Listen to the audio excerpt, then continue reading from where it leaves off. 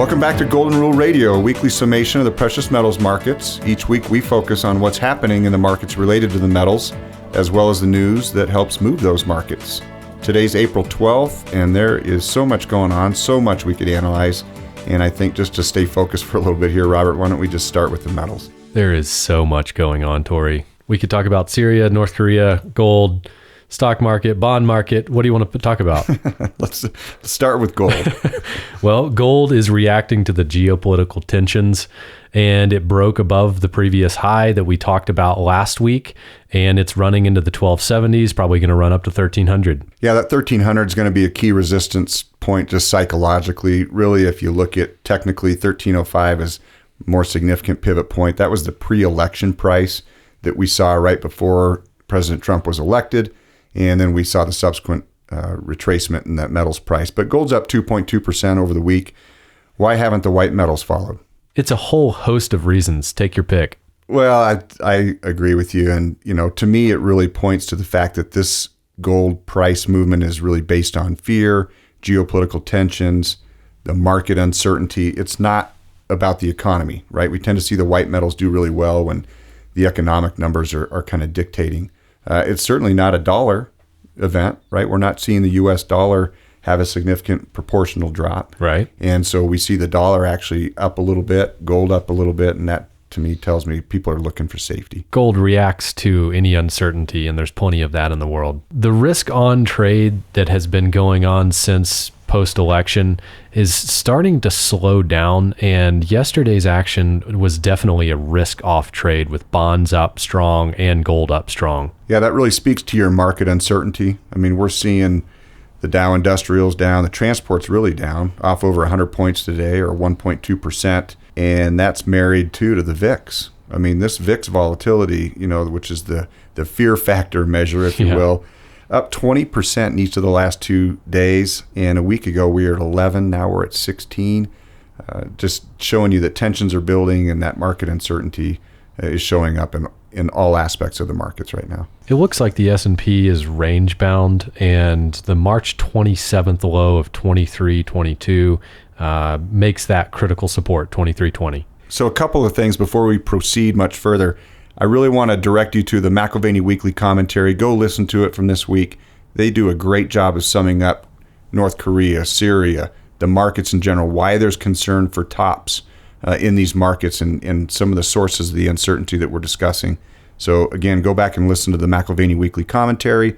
Secondly, before we leave gold, Robert, I want to touch basely for our listeners. We sent out a video on the 65-week moving average to our clients not long ago. That's another tool that we use for looking at the metals from a technical standpoint. That 65-week moving average now is sitting at about 1253.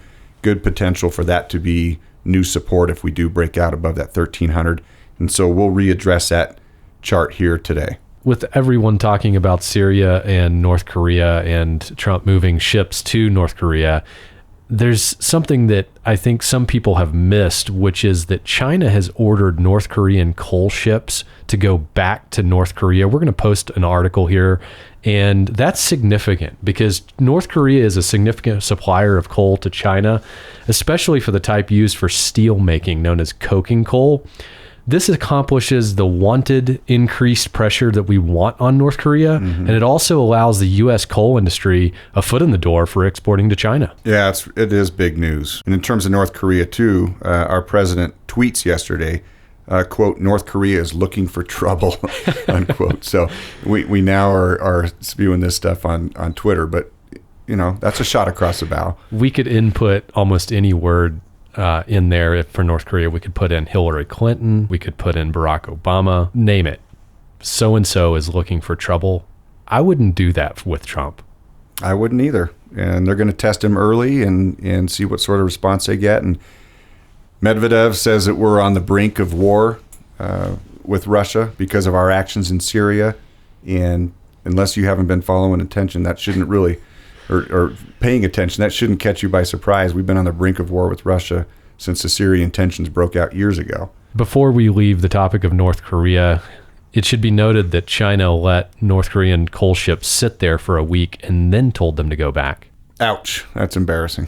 So to wrap up here, remember we've been saying the last few weeks that it is the Asian markets that have been driving the prices in the precious metals, and geopolitical tensions, economic tensions, political tensions in those regions are absolutely going to continue to move the metals prices.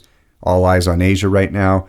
But in terms of other news that can certainly affect, if you think that President Trump is going to fix it all, love the optimism. The reality, Robert, right, is probably a little different. I mean, hope is not a good investment strategy. There you go. And case in point, Elaine Chao, our transportation secretary, has a legislative package proposal slated for late May, and that is proposing over $1 trillion spending over 10 years. So the spending is going to be there. What does that do to the metals? We talked about what $1 trillion really looks like in a few past shows. That spending package will definitely give a boost to the white metals, silver, platinum, palladium, and they will break those previous highs just like gold has. And that's not the only spending. Keep in mind, we're talking about transportation only. That's sort of our infrastructure, our highways. So that doesn't include what? Defense.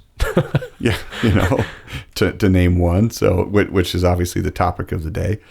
So yeah, look for spending to increase. And that's what people have to understand is that it takes a long time to generate tax revenues. And so in the short term, in the first 2 to 4 years, you will see an increase in the budget deficit. You will see an increase in the debt ceiling, and you will see an increase in the overall debt. So in terms of this week's recommendations, Robert, in closing, what do you have to offer? Well, a few weeks ago when we bottomed with gold at $1,200, we told you that was your opportunity. It's up now $70. It has broken the previous high. Last week we told you if it breaks that $1,263 level, you better be in. So if it's done that. Time to get in. Unfortunately, hard assets, just like hard facts nowadays, really are no longer vogue in the United States. And you as an American, as a listener here, really needs to understand that it's time to be prudent and take those measures, get into your physical precious metals, increase your ounces. Call us. We'll walk you through a strategy of how to accumulate and compound ounces without putting more money into your metals. And you can do that by calling us at 800-525-9556. And on behalf of Robert and Miles, who we missed today, we thank you for listening. Please follow us on Twitter at ICA Gold and subscribe to us on YouTube by clicking the subscribe button below this video. Have a good week. See you next time.